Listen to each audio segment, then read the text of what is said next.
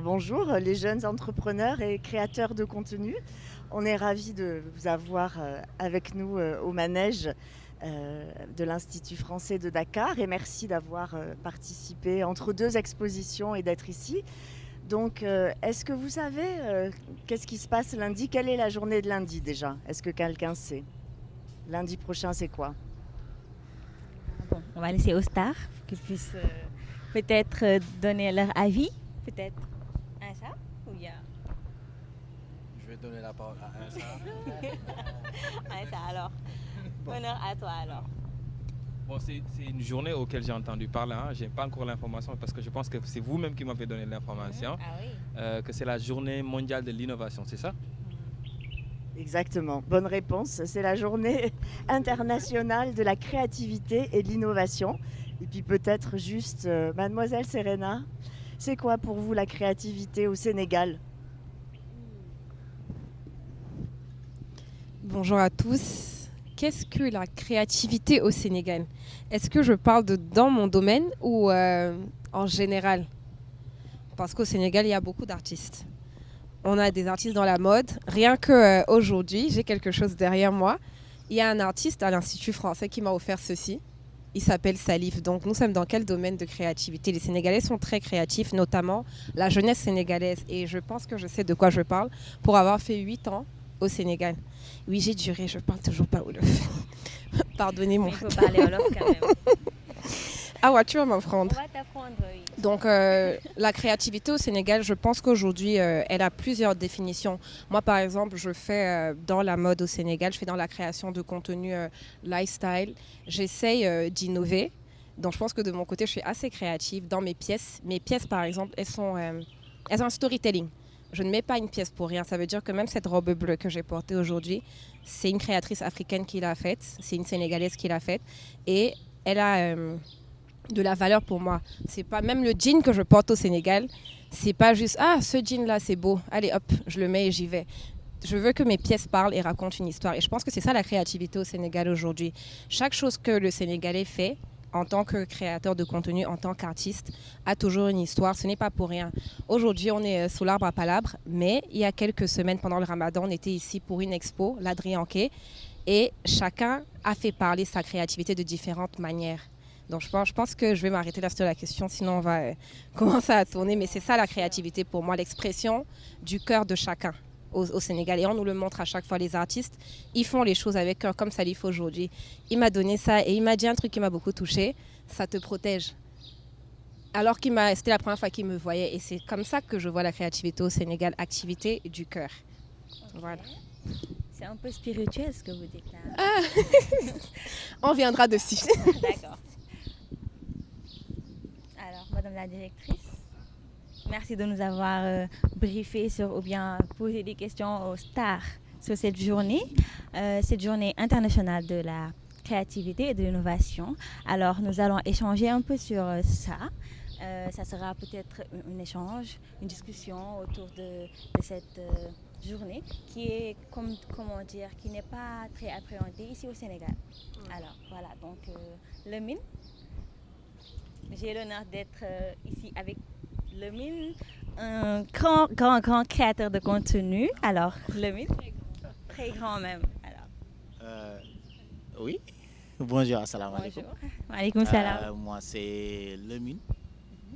C'est mon nom qu'on connaît toujours. Et c'est ça mon nom sur les réseaux. Lamine. Et, Pourquoi Lamine? Lemine.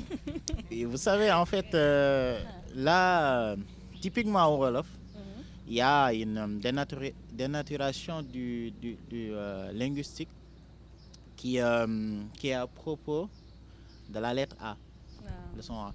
Quand on met Amadou à l'écriture, Lamine à l'écriture, nous, chez nos parents Walo ou dans certaines familles lébou traditionnelles, on va te dire Lamine ou Amadou. On va prononcer E à la place de A. Et bon, comme au début, mes grands débuts sur les réseaux, je me disais qu'il ne faut pas mélanger le virtuel et la réalité. Donc j'ai changé l'écriture sur mon nom, Lamine, en le mettant Lemine. Déjà, j'aide les personnes à prononcer le au lieu de la. Voilà, c'est ça qui est à l'origine de son nom. Super, alors. Voilà, Merci. exactement. Alors, nous avons ici aussi un grand patron, Ansa. Oui, Ansa. Assalamu alaikum. Malikum salam Awa, c'est un très grand plaisir pour moi d'être là et d'être dans un si bel entourage et dans un cadre aussi extraordinaire. Je me félicite d'être dans votre compagnie dans la préparation de cette journée-là aussi, qui est très importante pour nous. Ce qui m'interpelle principalement, c'était la question que tu avais posée à Serena tout à l'heure. Parce qu'en fait, on vit dans un monde qui est constamment en changement. Et il est très important d'avoir la créativité et l'authenticité, qui sont deux choses qui sont complètement différentes. Alors, ce qu'il faut savoir, en fait, c'est que la créativité est devenue le nouveau pétrole. C'est-à-dire qu'avant, on était dans l'industrialisation, plein de choses se ressemblent à un point où tout va devenir boring, tout va devenir très ennuyeux dans la mesure où on n'a pas de nouvelles choses. Et l'esprit humain est en ébullition par défaut.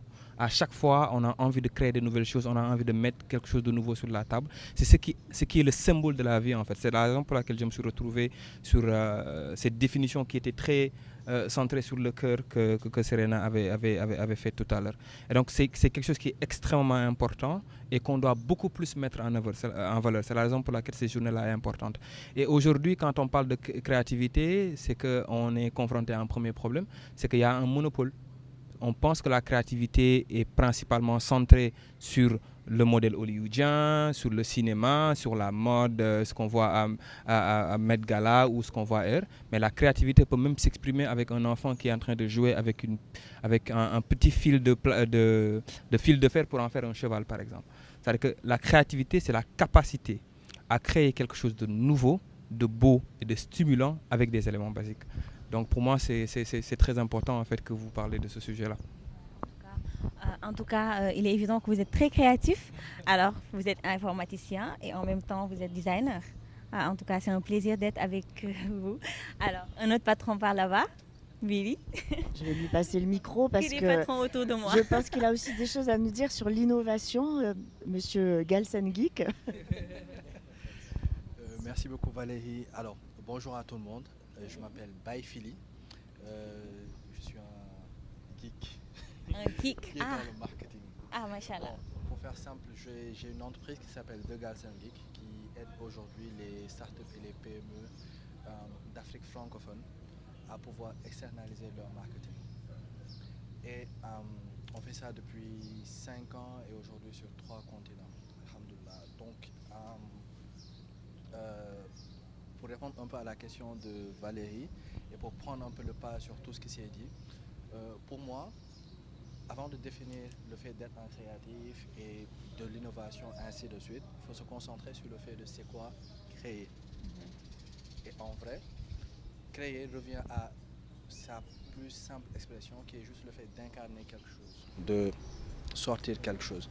Donc, ça nous a permis, nous, en tant qu'humains, de pouvoir aujourd'hui être là. Nous avons créé les micros, les caméras, le tissu.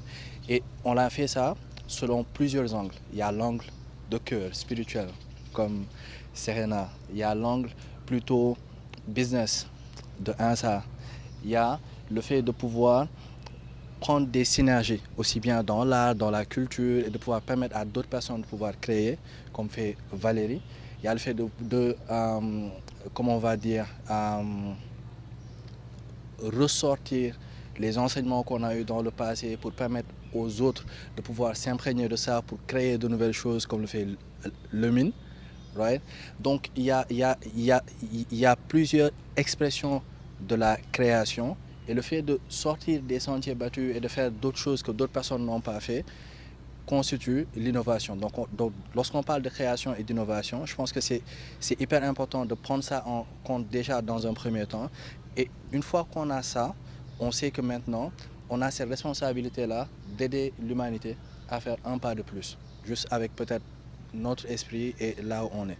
Donc, pour ne pas monopoliser la parole, voici un peu mon introduction par rapport à ce talk. Et j'ai hâte d'entendre un peu ce que tout le monde va dire. En tout cas, merci le grand geek. You're On va welcome. venir se former chez vous. You're welcome. Alors, on demande à Valérie, autant pour moi, à vous qui avez posé la question, selon vous, c'est quoi l'innovation, c'est quoi la créativité? Ah mince, je savais pas que j'allais devoir répondre. Non, alors moi je suis surtout ravie d'observer la créativité au Sénégal et l'innovation, et je pense que vous en êtes des jeunes exemples ou des relais pour certains qui créent des contenus et qui mettent cette créativité en avant. Donc moi je suis assez émerveillée de voir les jeunes scènes ou quelques figures iconiques, emblématiques, mais les jeunes scènes aussi. On parlait de l'exposition ici de la Drianké, on accueille du spectacle vivant aussi à l'Institut français. On est en région, en banlieue, on accueille plein d'événements chez nous. Donc à la fois on accompagne et puis on essaye de donner des plateformes, des tremplins de visibilité et pour accompagner au mieux cette créativité. Après, moi la définir, c'est un peu difficile parce qu'elle est faite de 1000 choses et puis je pense que vous en donnez des jolies définitions, que ce soit du cœur ou des pas pour l'humanité, évidemment c'est des belles choses et je pense que c'est un peu de tout ça, mais ce qui est bien c'est qu'elle est faite de beaucoup de diversité, de plein de disciplines différentes. Je pense que le Sénégal quand même, c'est aussi ce qui m'a attirée ici, pour être très honnête, a la chance d'avoir une vitalité dans énormément de disciplines différentes. Évidemment, la Biennale d'art contemporain, sur les arts visuels, la mode, on en a parlé, la musique, la danse, le cinéma sénégalais qui est extrêmement aussi en plein dynamisme, en plein essor. Donc je pense que toutes les disciplines sont représentées. Il y a des jeunes qui travaillent sur l'IA, qui sont vraiment à la fine pointe de plein de domaines. Donc être dans ces scènes un peu bouillonnantes, effervescentes, je pense que c'est extrêmement stimulant, en tout cas au niveau de l'Institut français. Et si on peut contribuer un petit peu à accompagner le mouvement, on s'en réjouit. Voilà. En tout cas, merci. Vous avez donné une définition plutôt large de la créativité. Et c'est vraiment l'idéal parce qu'on ne peut pas définir la créativité en tant que telle parce qu'il y a différents domaines très créatifs, peut-être que même on ne peut pas éprouver. Dans tous les cas, nous allons découvrir avec les stars qui sont là leur créativité personnelle, Inch'Allah. Bon, vous avez également parlé de IA. IA. Alors, moi, je demande si l'IA n'est pas en train de mettre un frein à la créativité humaine, ou bien, selon vous? C'est une vraie question, mais je vais laisser les spécialistes répondre. Et je vois qu'on a un nouvel intervenant aussi qui est avec nous, donc je vais même lui céder ma place. Ah, super. Une autre star parmi nous. Et je suis sûre qu'il a la réponse pour l'IA. Bonjour à vous. Alors, bonjour à vous. Et Bissap, oui. Notre invité, notre grand star.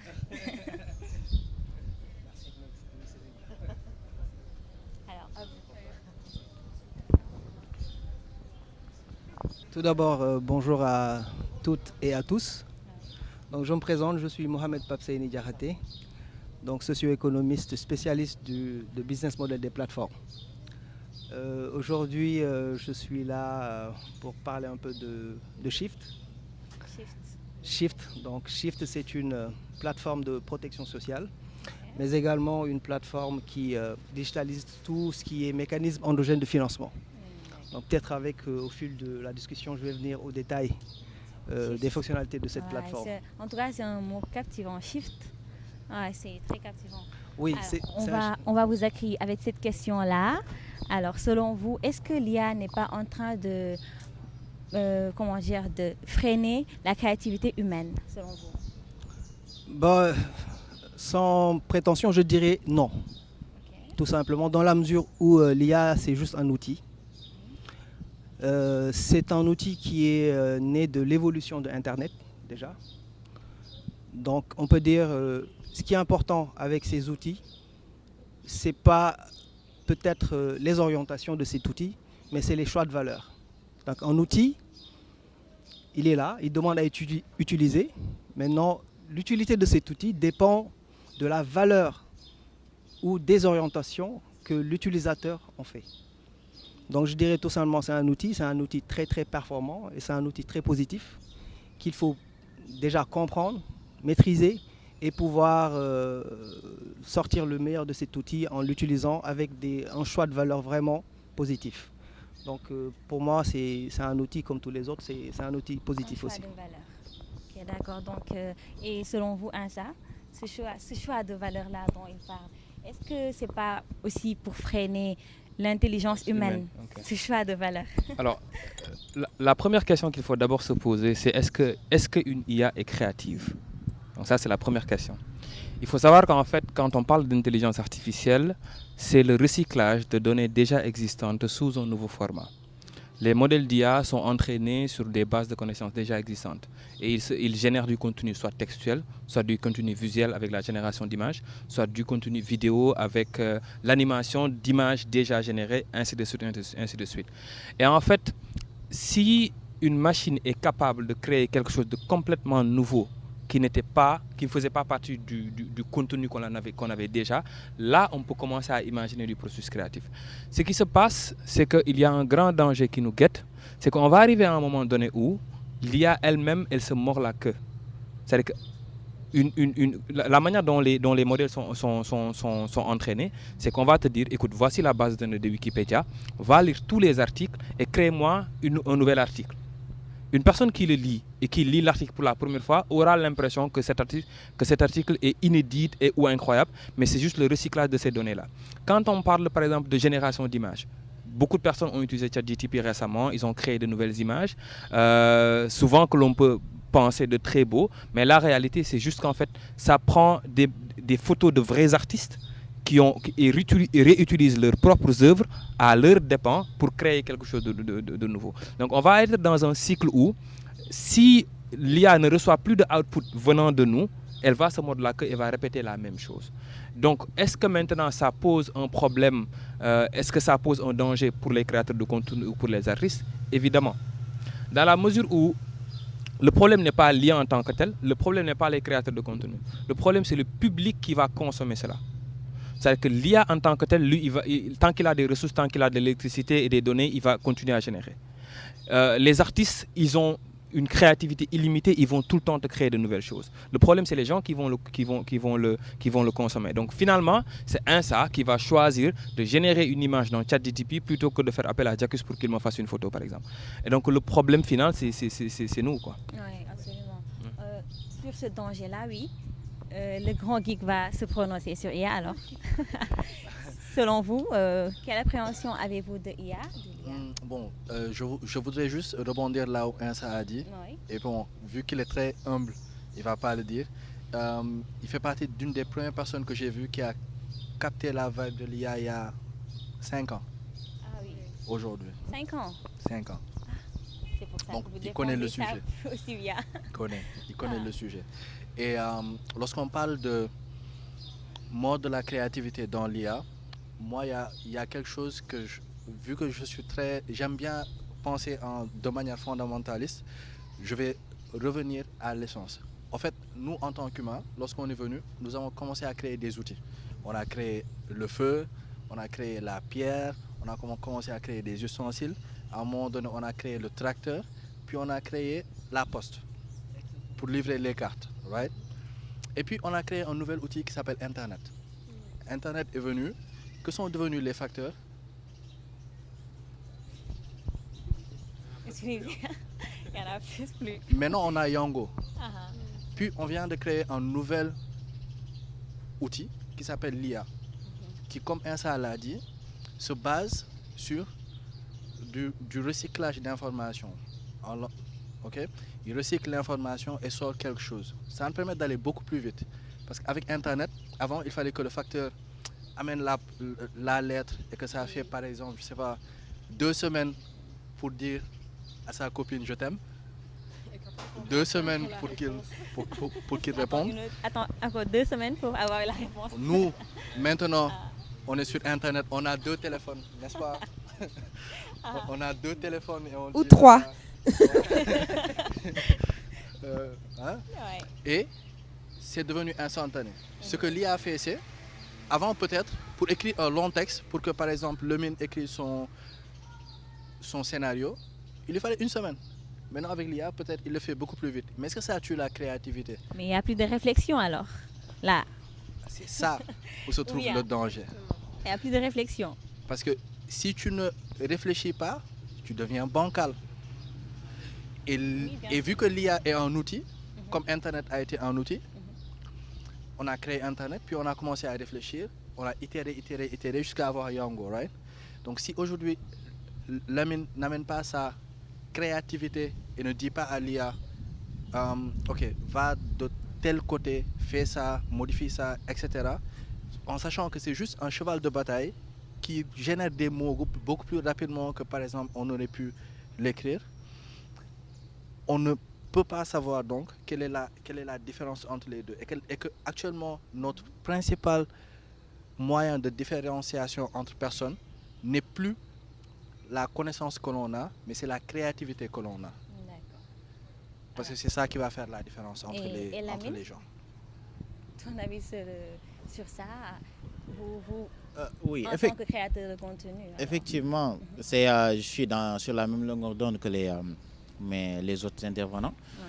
Ouais. L'intelligence artificielle, c'est juste un outil créé par l'homme et que l'homme utilise derrière pour atteindre d'autres objectifs, utiliser pour perfectionner d'autres créations ou l'aider à faire plusieurs autres créations. Donc, cela va de soi de l'utilisation. Parce que tout ce que l'homme a créé n'est pas à 100% parfait. Et tout ce qu'il crée, il y a une part de positivité, il y a une part de négativité. Oui, les avantages et les inconvénients. Exactement. C'est la même chose avec l'intelligence artificielle. Aujourd'hui, des gens l'utilisent pour créer de fausses informations et berner la population ou la cible. D'autres l'utilisent, par exemple, c'est utilisé pour... moi, par exemple, dans mon cas, je l'utilise des fois pour faciliter mes recherches. Par exemple, je peux utiliser un intelligence artificielle pour lui demander de me ramener des sources que je pourrais exploiter. Je ne lui demande pas de lire pour moi et de restituer pour moi, mais je lui demande, donne-moi juste le lien, moi je vais aller cueillir l'information là où il est et où elle est.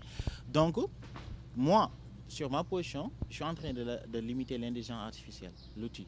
Donc, il y aura peut-être Mademba qui viendra lui dire, va me lire des livres sur l'audio et viens me faire la restitution.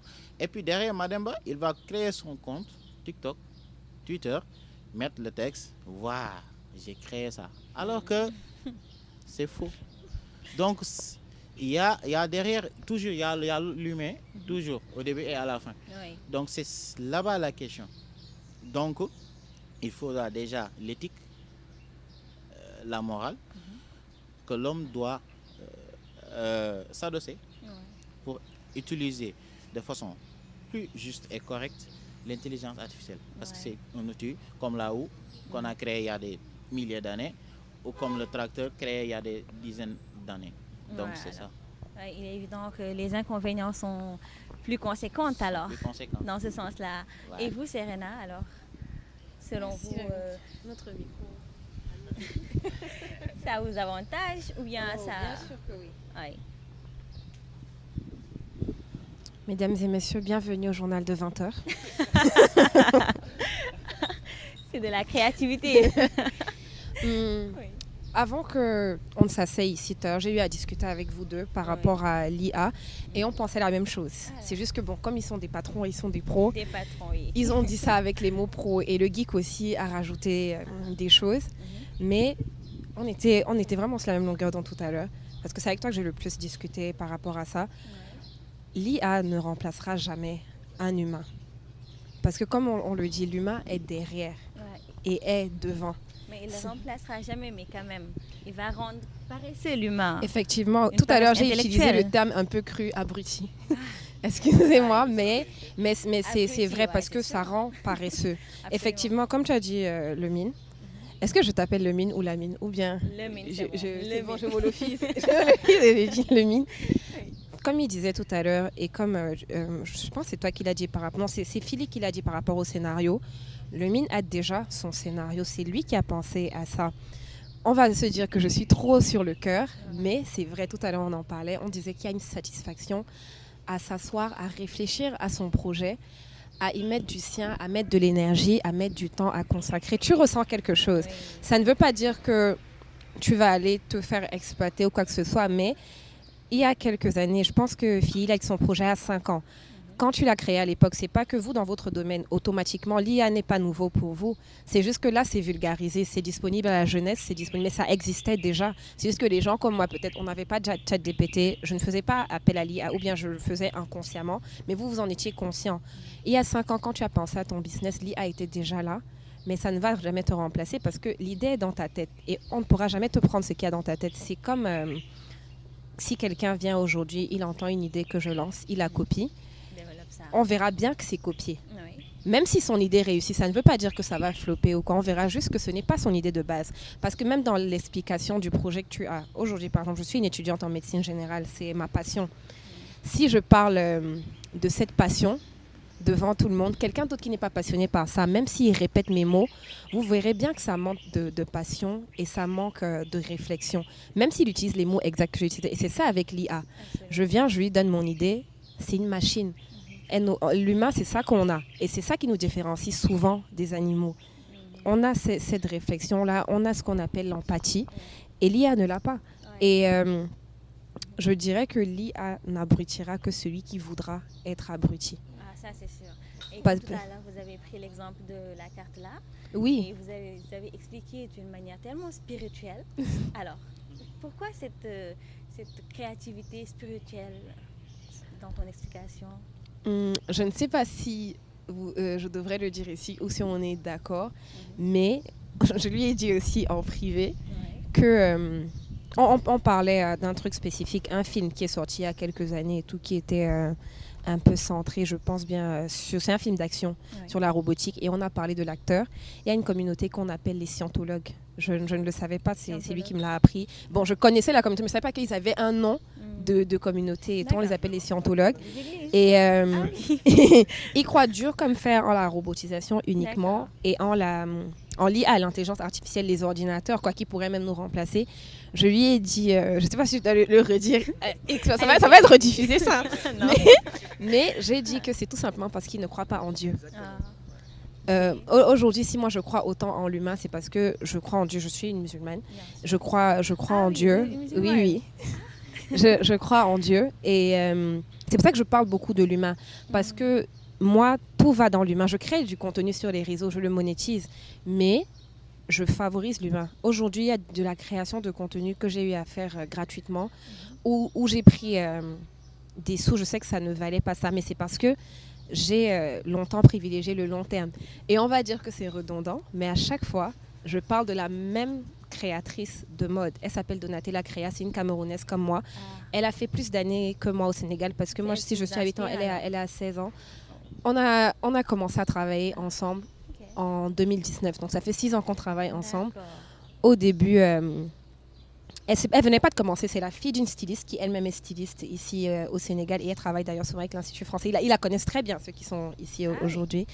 Et Donatella, au début, on a commencé gratuitement. Ça veut dire que moi, les images qu'elle me donnait après les shootings, je ne la payais pas pour me donner ces images parce qu'elle a la chance d'avoir un mari qui est passionné de photographie. Donc, il lui fait ses photos et tout. Il me donnait ces images-là. Ici, j'avais un shooting en tête. C'était un échange de services. Mais aujourd'hui, elle me fait des cachets. Mais ce n'est pas l'argent qui nous a retenus. Et je dis toujours que l'argent vient à toi. Ne le poursuis pas. Valorise l'humain. On oublie souvent et c'est pour ça que ces scientologues là aujourd'hui, à un moment donné, comme tu as dit, ils vont se mordre la queue. Parce qu'à force de ne pas valoriser l'humain, de vouloir exploiter, on finit par se mentir à soi-même et se dire qu'on est Dieu. On n'est pas Dieu. Vouloir prendre la place de celui qui nous dépasse, ça va nous dépasser. C'est ça qui va se passer à un moment donné. Vous dites que l'argent vient après, oui, mais quand même aussi, il y en a qui privilégient l'argent, comme les patrons là. Bon, je ne dirais pas qu'ils privilégient l'argent. Il faut manger. Il faut se nourrir, il faut se vêtir, oui. Mais je ne pense pas que c'est pas pour vous flatter. On ne se connaît pas. Toi, on s'est rencontrés dans le bus, on a tout de suite sympathisé et tout. Et vous tous, on a eu le bon feeling. Je ne pense pas qu'aujourd'hui, un d'entre vous, dont l'argent est le maître. Vous faites vos business, c'est beau que ça paye, mais c'est pas ça qui vous a motivé au début. Aujourd'hui, et je suis sûre que les business ne vous payent même pas autant que votre investissement moral. Tu ça paye pas. Ah, Il avait sur revoir le ça. cœur. Il avait sur le cœur. Il fallait le dire. Ah, Lamine, il voyage beaucoup avec la Mais création je pense de justement contenu. qu'il voyage alors. assez frais. Oui. Moi, je connais des créatrices de contenu voyage qui veulent montrer le Sénégal. Elles ne sont pas sénégalaises. Il y a elle fait le tour de l'Afrique, mais le Sénégal, c'est son coup de cœur, c'est son pays de cœur. Elle habite ici. Et aujourd'hui, les gens vont la voir sur Internet. Ils vont se dire, ah, elle se fait des sous sur les réseaux. Croyez-moi que ce qu'elle investit dans ses voyages, ça n'a rien à voir avec ce qu'elle gagne. Et elle ne gagnera jamais autant, mais ça ne veut pas dire qu'elle valorise l'argent, c'est juste qu'elle a voulu montrer le Sénégal à ses frères. Le mine aujourd'hui, il montre l'histoire du Sénégal. Je pense que même si tu... Exemple parfait. Lui, il est l'exemple parfait. Non, Lamine, c'est pas, il ne peut pas dire qu'il est l'exemple parfait. Exactement, qui ne va pas forcément te rapporter, mais c'est ta passion. Et je vais te passer le micro, j'aimerais que tu nous en parles d'ailleurs, parce Surtout, que Lamine. il est l'exemple parfait. En plus, il va nous parler de ses échecs, de ses... Oui, bien sûr. Et Lamine. Et... Et c'est justement ça qui est très intéressant sur l'univers création et innovation. Moi, aujourd'hui, c'est ça mon credo. Maintes fois, il y a des personnes qui m'ont interpellé pour me dire pourquoi tu ne crées pas du contenu vidéo ou audio, ce que j'ai commencé d'ailleurs récemment, et le vendre sur des plateformes dédiées. Après, bon, à chaque fois, je réponds, ça, je le fais par passion. Déjà, je fais aussi des voyages. Hein. Et je voyage beaucoup. Il a beaucoup d'argent. Déjà, je peux faire 6 mois sans rester à Dakar le week-end. Ouais. Et des fois, j'y vais avec mes propres moyens, tout le temps même. J'y vais avec mes propres moyens, avec un groupe d'amis restreint. On a les mêmes passions. Voyage, découverte culturelle, civilisationnelle. Et moi, mon but, c'est ça que j'adore sur la créativité et l'innovation, c'est de faire découvrir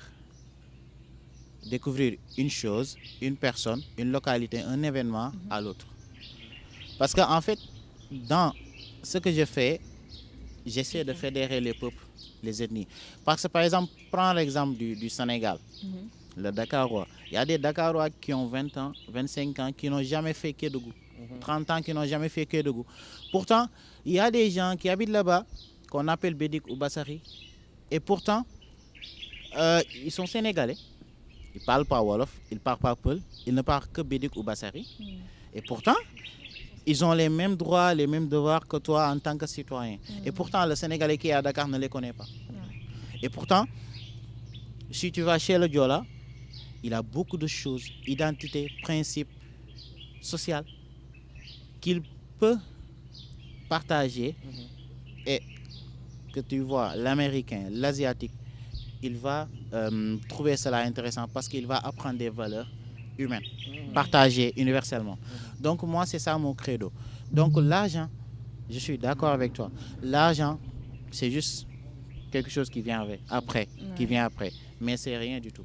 Pour moi, c'est juste un papier qu'on compte. Oui, mais si tu as la créativité, tu as l'argent. C'est sûr. Pas forcément. Mais ça vient avec. Ouais, ça vient avec quand même. Si. Ah. Parce que tu as dit un truc, ce n'est pas vrai. Ah. Ce n'est pas vrai du tout.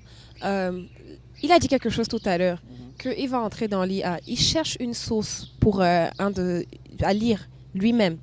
Tu as dit Mademba, on va revenir dessus. Je ne sais pas pourquoi tu as choisi ça. Tu as quelque chose contre les Demba? Mademba, c'est quelqu'un qui est très... c'est un personnage fictif. Et pourquoi je l'ai pris? Il y avait le 7e Damel des Cayor. Le 7e Damel des Cayor. En fait, il s'appelait Dao Demba. Demba, c'est Mademba. Et le gars, c'est une histoire vraie. Hein? Mademba, c'est l'archétype du dictateur, du totalitaire en fait. Parce que lui, quand il est arrivé au pouvoir, il n'a pas fait comme ses prédécesseurs. Lui, il a interdit déjà tout ce qui était une bonne chose, que ça soit aliment, doué à son peuple, les Kayoriens. Kayor, c'est à peu près Thiès, Dakar actuellement. Et le gars, tu sais, il est allé jusqu'à par exemple dire que même si tu te maries, moi je dois dormir avec la femme avant toi. Ah oui. Il était totalitaire. Et tu contestes, tu es mis, mis aux arrêts, assassiné. Donc le gars, c'est pourquoi j'aime taquiner. J'espère qu'on n'a pas de Mademba ici. Vérifions avant de partir. Surtout. En tout cas, selon votre créativité, vos créations de contenu, quels ont été vos échecs et vos doutes à vos tout débuts? À tout début, il y a encore les échecs. Ah, Est-ce que l'échec finit? Celui qui réussit échoue d'abord. c'est sûr. Il a beaucoup d'échecs là. Il faut tomber pour mieux se relever. Oui, mais parfois on tombe là. Est-ce qu'on se relève? Ah, si, Parfois se on relève tombe, toujours. on se lève, on cherche un autre chemin. On dit bon, le chemin si c'est pas grave. Grave. Grave. Je reviendrai. Ou pas. Dégg na de. Tout direct. Non. Donc, Dégg na. quels étaient mes échecs ou mes peurs au début? Franchement, je ne pense pas que j'en avais. Parce que j'ai commencé la création de contenu, je le dis souvent entre guillemets, par hasard. J'avais un ami camerounais. Avant, ça ne s'appelait même pas comme ça. Il n'y avait pas de nom sur ces domaines-là. Il n'y avait pas influenceur. Il n'y avait pas... on appelait tout le monde blogueur. Mais moi, je dis, le blogueur, c'est celui qui a un blog. Si tu n'as pas de blog, tu n'es pas un blogueur. Mais avant, tout le monde était typé comme ça. Et en 2015, j'avais une page Instagram depuis quelques années. Et j'avais 5000 abonnés en 2015. Mais à l'époque, c'était du waouh. C'est... Quoi? J'étais... Oui, j'étais dans la liste A, mais je ne savais pas. Ah, c'est pour Et- ça que j'ai vu une photo voilée là. Ça date d'il y a 6 ans, c'était bien après. Ah oui. Mais en 2015, j'avais un ami camerounais. Il maquillait et il avait besoin de clientes. Donc, les maquilleurs me disent souvent que j'ai un visage symétrique. Ouais. Donc, il disait, j'ai besoin de ton visage là. Et bon, j'étais exploitée parce que son ami, l'amitié n'est pas facile. Il me disait, viens ici à la maison, ici, je te maquille aujourd'hui. Tu sors? Je lui dis non. Il dit, c'est pas grave.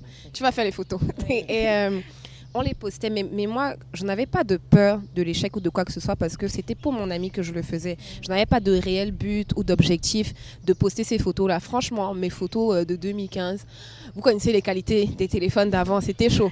C'est ça. On postait les tatas nous mentaient, oh tu es tellement belle, on ne te voit même pas sur la photo, tu es comme un rêve, tu es Quasiment tu es pixelisée sur la photo à mort, mais ta tata est là, waouh, trop belle aujourd'hui et tout.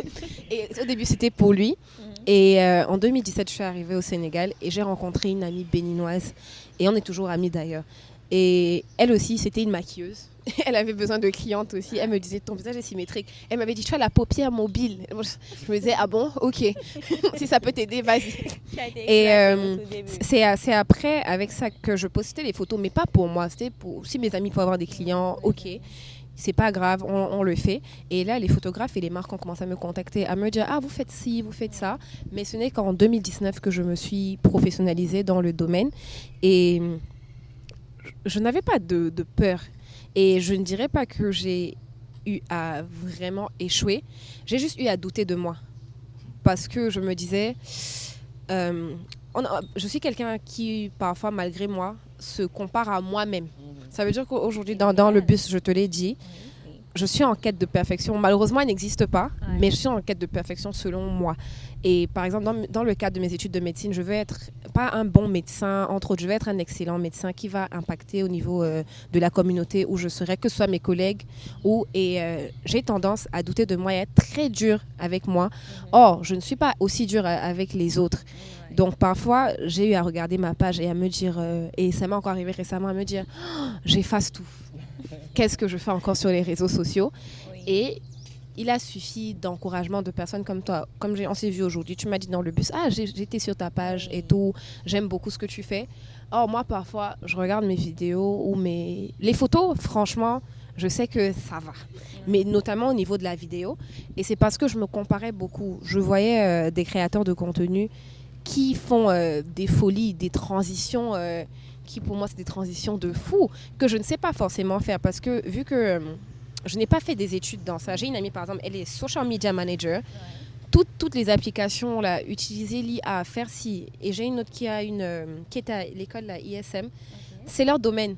C'est des cracks dans ça.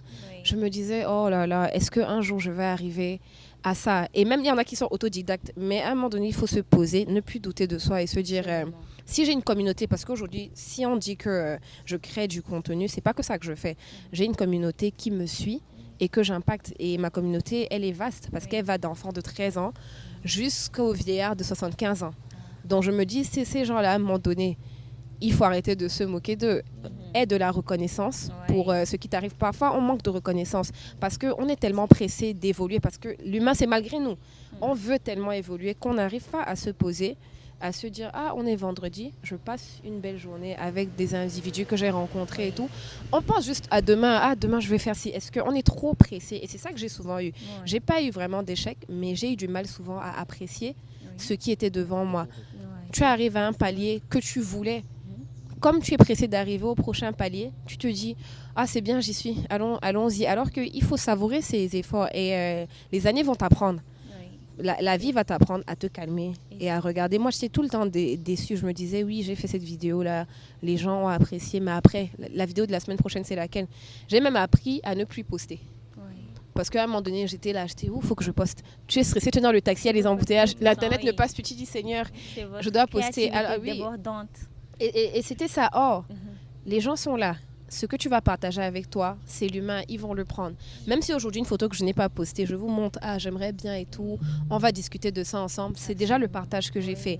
Et j'étais trop pressée. Et c'est parce que je veux montrer aux gens qu'aujourd'hui, on peut tout faire, mais il faut se calmer et il faut se regarder et se dire, c'est bon, je peux le faire. Je suis en médecine générale, mais je fais de la création de contenu. Je participe à des forums d'activisme contre les violences faites aux femmes. Je fais plusieurs choses dont les gens ne se doutent pas souvent.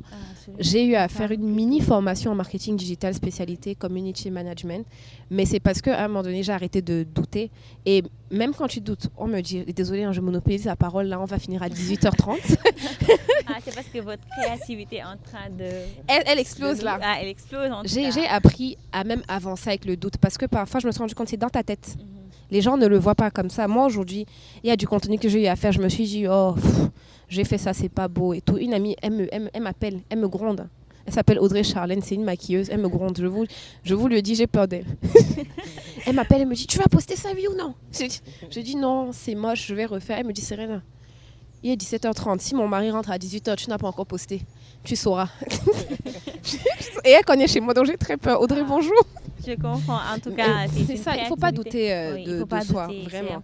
Et il faut se dire, je peux. Mais parfois, on me dit toujours, ah, tu es entrée dans la pièce, tu as beaucoup de confiance en toi. Je le dis aujourd'hui en public, ce n'est pas vrai. J'ai du courage. J'ai le courage de faire les choses et d'accepter que ça puisse ne pas marcher. Parce que parfois, c'est vrai, tu fais des efforts dans quelque chose, tu t'y mets. Les gens pensent souvent qu'on n'a pas réussi parce qu'on n'a pas assez travaillé. C'est pas vrai. Ça peut ne pas être ta route. Laisse-toi réorienter et assieds-toi. Et ne rien faire aussi, c'est un effort. Absolument. Parce qu'on est à Dakar. Dakar, ça va vite. Tout le monde n'a pas le temps, tout le monde travaille. Parfois, je dis Dakar, c'est Paris. Il manque juste les visages aigris et qu'on se dise plus assalamu alaikum. Désolé les Parisiens. Non, Dakar, c'est mieux que Paris. Hein. C'est vrai. C'est sûr, Dakar, c'est mieux que Paris. Pardon, on a le tiep. on a déjà gagné. Mais c'est souvent ça. C'est le courage qui est mon moteur. Il y a des fois où j'ai douté. Aujourd'hui aussi, je ne me sentais pas légitime. Quand Nogai m'a dit qu'il y aurait de grands créateurs de contenu, des patrons de start-up, je me suis dit, je vais venir. Voilà, il faut qu'on les link avec nous. mais je vois que j'ai tout autant mon mot à dire. C'est parce que j'ai eu le courage de venir et d'échanger. Peut-être qu'aujourd'hui, les gens apprennent de moi autant que j'apprends d'eux. Donc, je vais m'arrêter sur ça. C'est la confiance en soi. Et faire j'ai beaucoup parlé. Hein. Je suis asthmatique. Vous avez fait un cours de motivation. Vous avez motivé. Vous avez donné... Motivational speaker. En tout cas, nous avons ici des patrons qui vont peut-être également nous parler de leur créativité, de leurs échecs. Hein, ça. À vous, votre créativité, votre échec, vos performances, vos doutes. Disons. Alors, excusez-moi avant que vous répondiez, j'aurais une question pour vous quatre. Après, si vous pouvez l'ajouter à vos réponses, comment est-ce que vous êtes arrivé dans ça? Est-ce que c'était vos passions, tout ce que vous faites aujourd'hui, est-ce que c'était vos passions ou bien c'était juste j'ai étudié ça, je le fais? Création de contenu, oui, bien sûr. Bon, je vais répondre à la petite parenthèse. Comment est-ce que les gens tombent souvent dans quelque chose? Souvent, on nous trompe en nous disant « suis ton désir, fais ce qui te passionne, ainsi de suite ». Après, tu vas faire vraiment ce qui te passionne, mais le problème, c'est qu'au bout de 3 ans, 4 ans, tu n'as pas encore construit de maison, tu n'as pas encore d'argent, ça, c'est un gros problème. C'est sûr. Donc, moi, ce que je dirais à tout le monde, c'est de balancer. il faut voir ce qui se passe dans le marché, va investir sur quelque chose qui va te donner de l'argent, en se maintenant faisant ta passion. Alors, l'autre chose sur ce que vous disiez tout à l'heure, on parle de, j'ai bien apprécié en fait l'intervention de Serena et l'intervention de Lamine, surtout sur sa personne et son environnement. Serena a beaucoup parlé de sa personne, de la personne en tant que telle. Lamine a beaucoup parlé de l'environnement. Et moi, j'ai eu des expériences dans les deux domaines. Le premier, quand on parle de l'environnement, moi, par exemple, j'ai eu la chance d'avoir fait à peu près une 50aine de pays. Et à chaque fois que je vais dans un pays, c'est ce qu'on appelle en anglais daydreaming. It's like, tu es là, mais tu as l'impression que tu es dans un rêve. Parce qu'en fait, si je vais à... Par exemple, la dernière expérience, c'était à Amsterdam. Si tu es à Amsterdam, par exemple, comment ça s'appelle déjà, les canaux, les vélos, le bruit, les gens cosmopolites, tu ne peux pas avoir cette expérience-là dans un écran. Je ne peux pas t'expliquer ça pour que tu puisses le vivre. Et toi, à chaque fois que tu vas dans un village, à chaque fois que tu vas dans un pays, à chaque fois que tu vas dans une communauté, mais les petites choses que tu vis remplissent ta personne, font de toi ce que tu deviens. En fait, te fleurissent. Tu deviens une autre personne, mais même si tu n'es pas capable de pouvoir l'expliquer. Donc, il est très important, à un moment donné de notre vie, de se déconnecter, comme tu dis tout à l'heure, et de s'embrasser avec des choses qui existent ailleurs. On vit dans un monde qui nous force à être productif. La productivité est devenue une exigence aujourd'hui. En entreprise, on te dit il faut que tu bosses. Si tu es entrepreneur, il faut que tu fasses du chiffre, ainsi de suite. Exactement. Tu te projettes. Quand est-ce que tu vas... Il faut que tu te projettes. Exactement. Quand est-ce que tu vas arrêter? Donc, il est très important, si vous avez la possibilité de sortir, d'aller à Touba, de voir les Dara, d'aller à Kédougou, de manger le plat des Bassari, d'aller je sais pas, dans n'importe quel pays, vous allez avoir une expérience incroyable. Non, c'est top. L'autre chose sur soi. Elle a beaucoup parlé, tu avais demandé la problématique de l'échec et elle a parlé aussi de la confiance en soi. Absolument. Elle nous a pour fait moi, un cours de motivation. Exactement. Pour moi, il y a quelque chose de très important qu'elle a dit, mais peut-être qu'elle n'a pas nommé, qu'on appelle le syndrome de l'imposteur. Tu connais? Pour moi, il y a le bon syndrome de l'imposteur. C'est quoi le syndrome de l'imposteur? C'est que à chaque fois, tu te dis, je ne suis pas bon. Okay? Il y a des gens qui sont meilleurs que moi. Exactement, tu te remets en cause. Quel que soit le projet dans lequel tu es, quel que soit l'endroit dans lequel tu es, quels que soient les gens qui sont autour de toi, tu es tout le temps en train de te dire I'm not as good as them. Mais la raison pour laquelle moi je pense que c'est bon, c'est que ça évite l'autosatisfaction. La chose la plus dangereuse, c'est la personne qui est satisfaite d'elle-même, au point où elle pense qu'elle est plus intelligente que les autres, elle est meilleure que les autres, alors qu'en réalité, ce n'est pas le cas. Moi, je préfère l'autre. Ouais, l'idéal, c'est de se comparer à soi-même, à la version d'hier, à ma version d'hier, et de dire que voilà, je vais devenir une meilleure version demain. Et se comparer aux autres, c'est pas, comment dire, c'est pas renforçant. C'est ça. Ça peut l'être. Se comparer aux autres. Oui, ça peut l'être, mais de manière positive. Parce que là, tu n'es pas dans la jalousie ou l'envie. Tu es dans... Tu vois, c'est pour ça qu'on a des inspirations. Pardonnez-moi. Bonsoir. C'est pour ça qu'on est dans...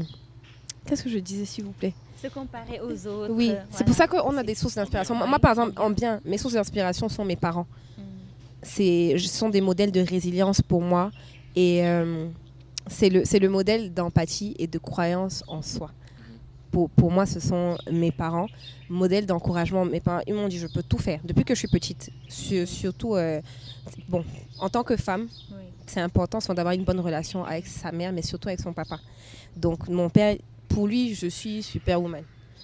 Et ainsi que mes soeurs. Il a 5 filles, donc peut-être n'avait-il pas le choix que de nous encourager. Mais c'est l'idéal. Mais justement, parfois se comparer aux autres. Moi, parfois, je suis à la maison, je me dis, oh, je suis fatiguée là. Et toi, que je me dis, ma mère, pour arriver là où elle est là, est-ce qu'elle a dit qu'elle était fatiguée? Allez. En fait, tu parles de l'environnement est important. Oui, c'est l'environnement, très, le très cadre, important. oui. Parfois, c'est bien de se comparer aux autres, C'est- mais pas de les jalouser ou de les... Oui, Mais toi aussi, tu es créatrice de contenu. Il faudra qu'on lui pose des questions en même temps. Moi, j'apprends. Je suis venue pour apprendre de ces créatrices.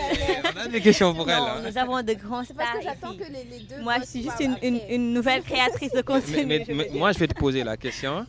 C'est qu'on sait déjà que tu es entrepreneur Mhm. et que tu es créatrice de contenu en même temps. Et j'ai juste une question que j'aimerais te poser. Il y a beaucoup de filles qui aimeraient faire la même chose que toi, mais ils ont tout le temps ce blocage-là. Oh non, j'aimerais pas trop me lancer, sinon je ne serai pas Lululemon. Qu'est-ce qui t'a donné le courage de te lancer et de t'affirmer sur ce que tu fais? Et qu'est-ce qui te permet de pouvoir rester au flot? Qu'est-ce qui te permet de pouvoir avoir toujours la motivation de continuer tous les jours? Alors, je peux dire que c'est l'envie d'arriver au sommet. L'envie d'arriver au sommet parce que, bon, à chaque fois que je fais un travail, je me dis que ça peut être mieux. À chaque fois que je vois, par exemple, quelqu'un qui est...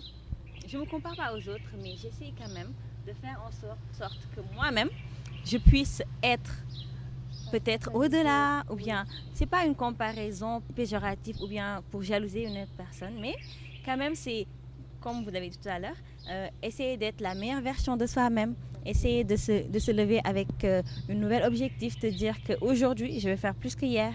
Voilà, c'est ça qui m'a motivée à faire des choix, à entreprendre dans différents secteurs d'activité. Voilà, mais il faut parler aux patrons, c'est eux qui ont l'argent, ils ont créé... Non, les boss sont là. Les boss sont là. On a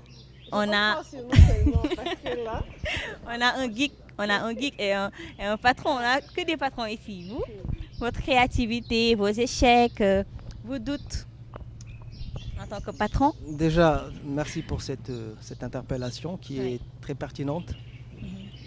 Moi, je dirais tout simplement que j'ai jamais eu d'échec. Dans la mesure où Comme l'échec, Serena, vous n'avez jamais exactement. eu d'échec. c'est toujours une. Enfin, l'échec est une école. L'échec, c'est une école. C'est pas une expérience. L'échec est une école. L'échec, c'est une école. C'est pas une expérience. C'est même pas un sentiment. C'est une école qu'il faut bien analyser, qu'il faut en capter le sens et essayer de maximiser. Maintenant, par rapport à tout ce qui a été dit, je vais essayer d'utiliser un jargon qui puisse permettre à nos auditeurs ou nos téléspectateurs de comprendre ce qu'on est en train de dire dans un cadre général. Tout à l'heure, on a parlé comme par exemple, Philly a expliqué un peu par rapport à l'intelligence artificielle, comment il doit être appréhendé, par exemple. Déjà, ce qu'il faut éviter, c'est de faire une comparaison entre l'homme et l'intelligence artificielle. Ça, c'est une aberration pour moi de faire cette comparaison. Parce que qu'est-ce que c'est que l'homme? L'homme, c'est un être humain qui crée des choses, comme l'a dit Philly tout à l'heure. Donc, l'être humain a vocation de créer des objets. Donc, on a deux niveaux d'objets. On a des organes, je dirais. On a des organes endosomatiques, qui sont nos organes, qui sont à l'intérieur de nous, et on a la possibilité de créer des organes exosomatiques. Ça part de la pierre taillée, comme il l'a dit, jusqu'à l'intelligence artificielle aujourd'hui. Donc tout n'est que des outils qui nous permettent de vivre, qui nous permettent d'avoir accès à certaines ressources, qui nous permettent d'évoluer, parce que l'objectif pour l'être humain, c'est de pouvoir évoluer. Donc, par rapport à ce qui nous lie aujourd'hui, qui est le digital ou la digitalisation, elle est déjà intellectuelle. Il faut apprendre à réfléchir digital.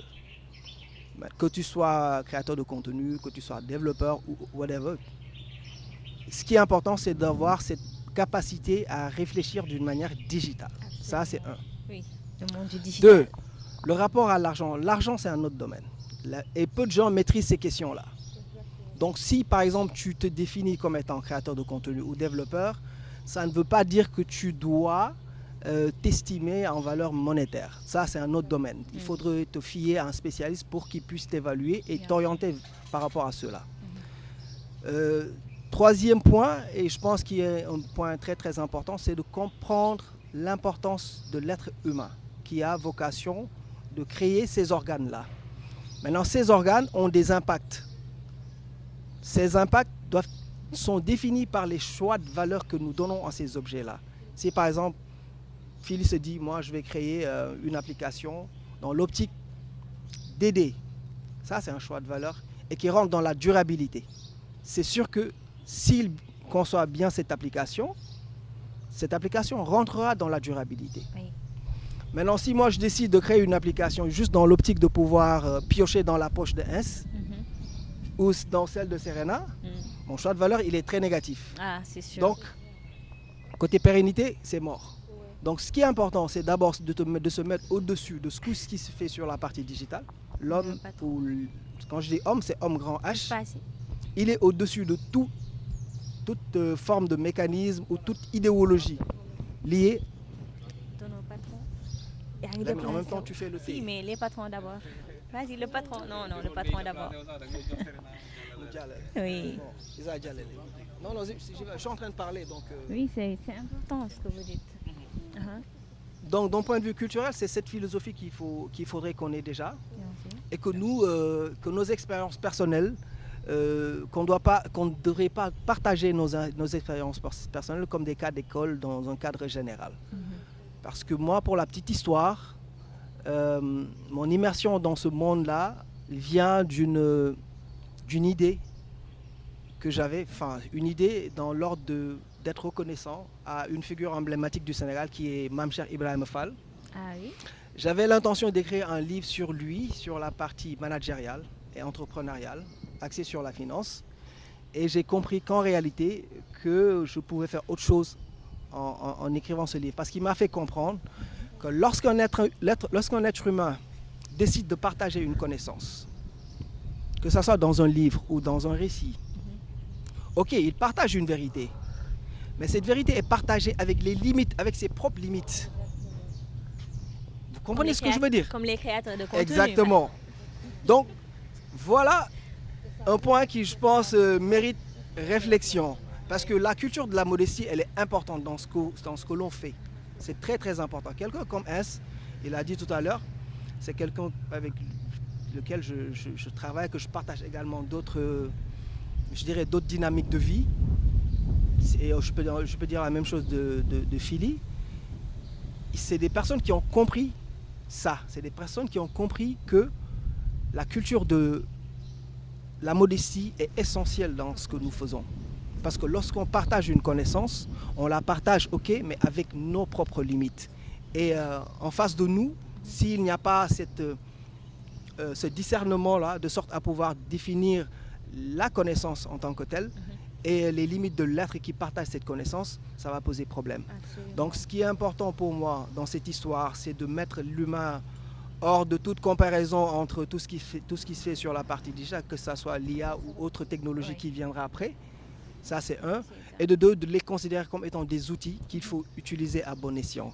Donc moi, c'est ce que je voulais apporter par rapport à tout ce qui a été dit. Mais nous, on ne compare pas l'humain à l'intelligence artificielle. On compare l'intelligence de l'humain à l'intelligence artificielle. J'aimerais parler aussi. Je parle, c'est la même chose. Dans la mesure où on parle de la même chose. Oui, mais je vais revenir et je veux que tu me donnes ton avis. Je vais me permettre de faire une petite précision. Lorsqu'elle dit qu'on ne compare pas l'être humain à l'IA, mais on compare l'intelligence, c'est tout comme.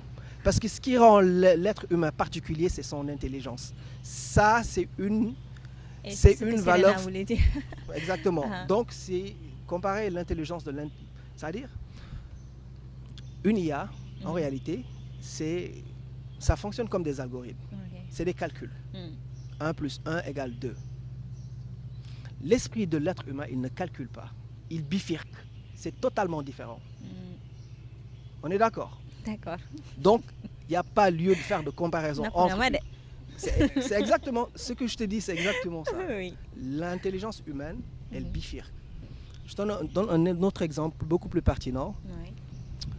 La vitesse d'échange d'informations entre Wall Street et la Bourse de Paris, c'est 1 milliard par seconde. Ça va très vite. Ça va excessivement vite même. Oui. L'esprit humain ne va pas vite. il va infiniment vite. Donc c'est pas comparable. C'est pas un organe que tu maîtrises déjà. Parce qu'il y a une dimension que l'on appelle l'inspiration que tu ne maîtrises pas.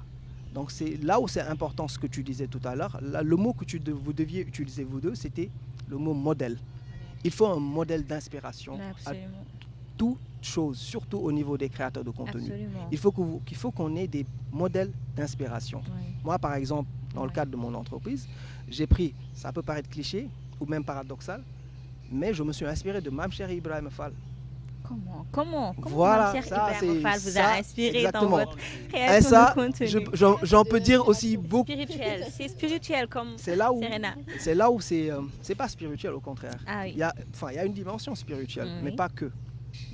Mais pas que. Parce que l'impact de cette spiritualité est visible d'un point de vue contemporain, c'est visible d'un point de vue économique, c'est visible d'un point de vue social, c'est visible d'un point de vue anthropologique. D'accord. Parce qu'il faut comprendre qu'aujourd'hui, nous avons évolué. On vit dans la lithosphère. Là, on va vivre dans la technosphère. Et ça demande une sorte de calibrage pour pouvoir avoir accès à ces ressources-là qui seront au niveau de la technosphère. Ah, Donc, d'accord. merci. Et le geek, il va nous donner ses expériences, ses impressions, ses échecs. Ou bien vous n'avez pas d'échecs? Moi, j'aimerais bien entendre l'avis de l'expert. L'avis de l'expert. Ah, d'accord. Donc l'expert. Oui.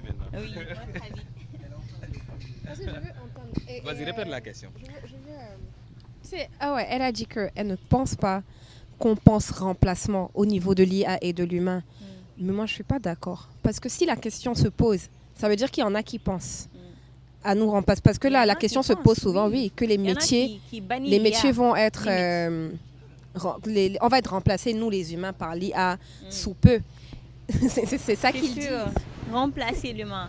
L'IA va remplacer l'humain. Parce qu'il va... Comment dire? Vous savez... Bien. L'expert, laissons l'expert se prononcer sur... C'est Bissap. Est-ce que tout à l'heure, tu aurais des questions pour Bissap? Parce qu'il doit aussi intervenir, vu qu'il a été là tout le temps. De l'IA. Alors, d'abord, je vais faire une révélation. Oui. L'intelligence artificielle n'existe pas. Ah oui. Ce qui existe, Révélation. c'est l'intelligence artificielle. L'intelligence, elle est principalement humaine.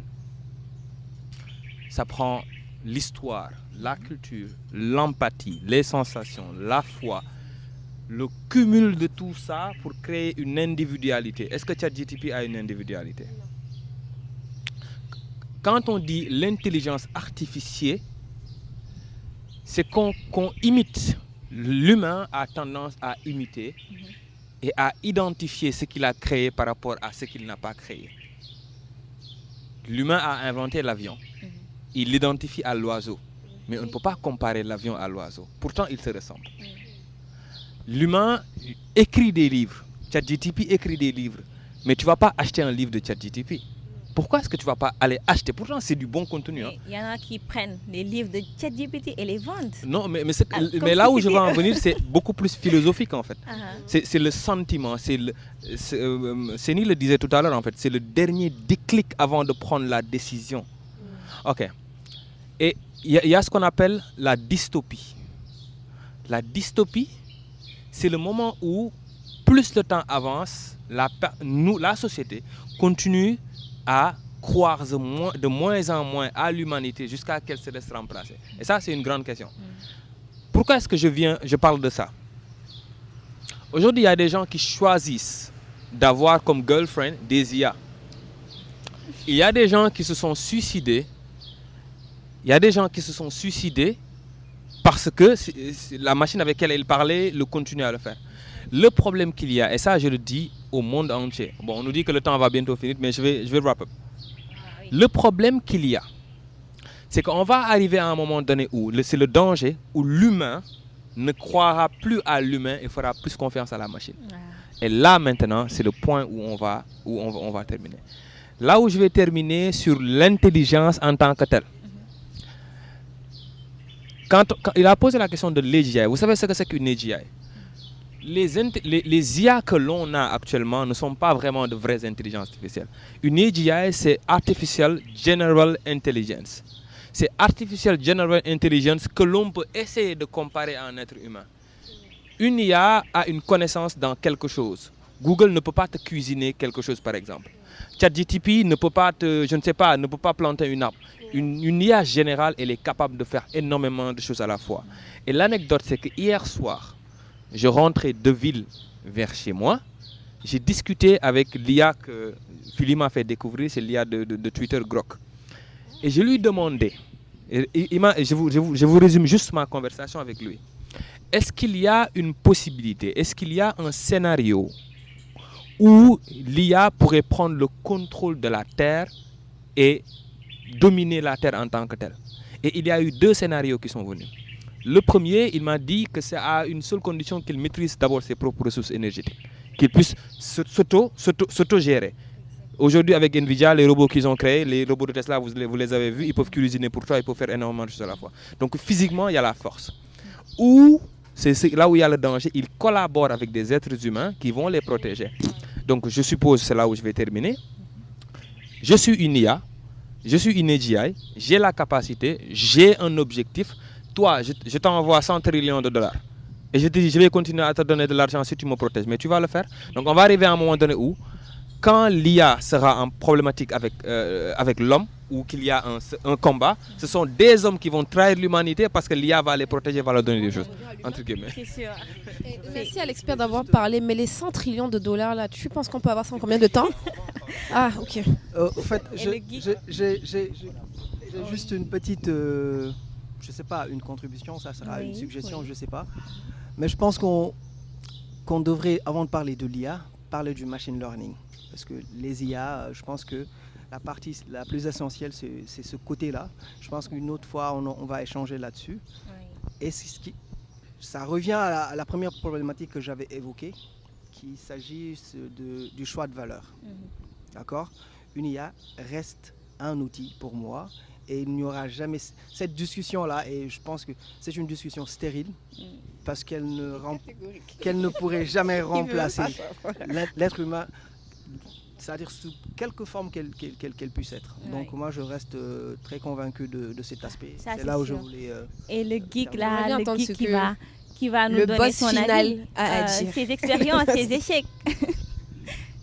Alors, expérience et échec. Oui. Et ce qui m'a motivé à poursuivre cette voie. Oui, bien sûr. Bon, déjà, je pense que vous avez tout dit, parce qu'en réalité, je pense qu'on a tous des parcours qui sont très similaires. C'est juste la manière dont on va évoluer qui change. Mais franchement, j'ai beaucoup appris. J'ai beaucoup appris de chacune des interventions. Il fallait que j'amène un stylo. Pour noter. Pour noter quoi. On va vous envoyer ça après. Franchement, parce que j'ai appris, du moins j'ai eu des rappels sur le fait d'être dans l'instant présent, que l'échec était la voie, ainsi de suite. Et chacune des interventions, personnellement, moi, m'a parlé. Bon, peut-être que c'est à cause de comment je fonctionne. J'ai un truc qu'on appelle le syndrome d'Asperger. C'est un trouble du spectre de l'autisme. Et du coup, ce que les gens vont capter instantanément, moi, il faut que j'apprenne ça. Les interactions humaines, ainsi de suite. Du coup, je suis très intéressé par le fait de comprendre qu'est-ce qu'il y a derrière le comportement d'une personne ou bien comment on fait quelque chose. Et je lis beaucoup de biographies. Et s'il y a une chose que j'ai notée chez tout le monde, c'est que l'échec était le chemin, en réalité. Ouais, c'est une école. Et c'est là-bas où tu te... Voilà, tu apprends, c'est là-bas où tu te forges, tu fais tes choses, tu apprends, tu deviens plus résilient et tu deviens insensible à la peur dont tu parlais tout à l'heure, qui t'obstruait.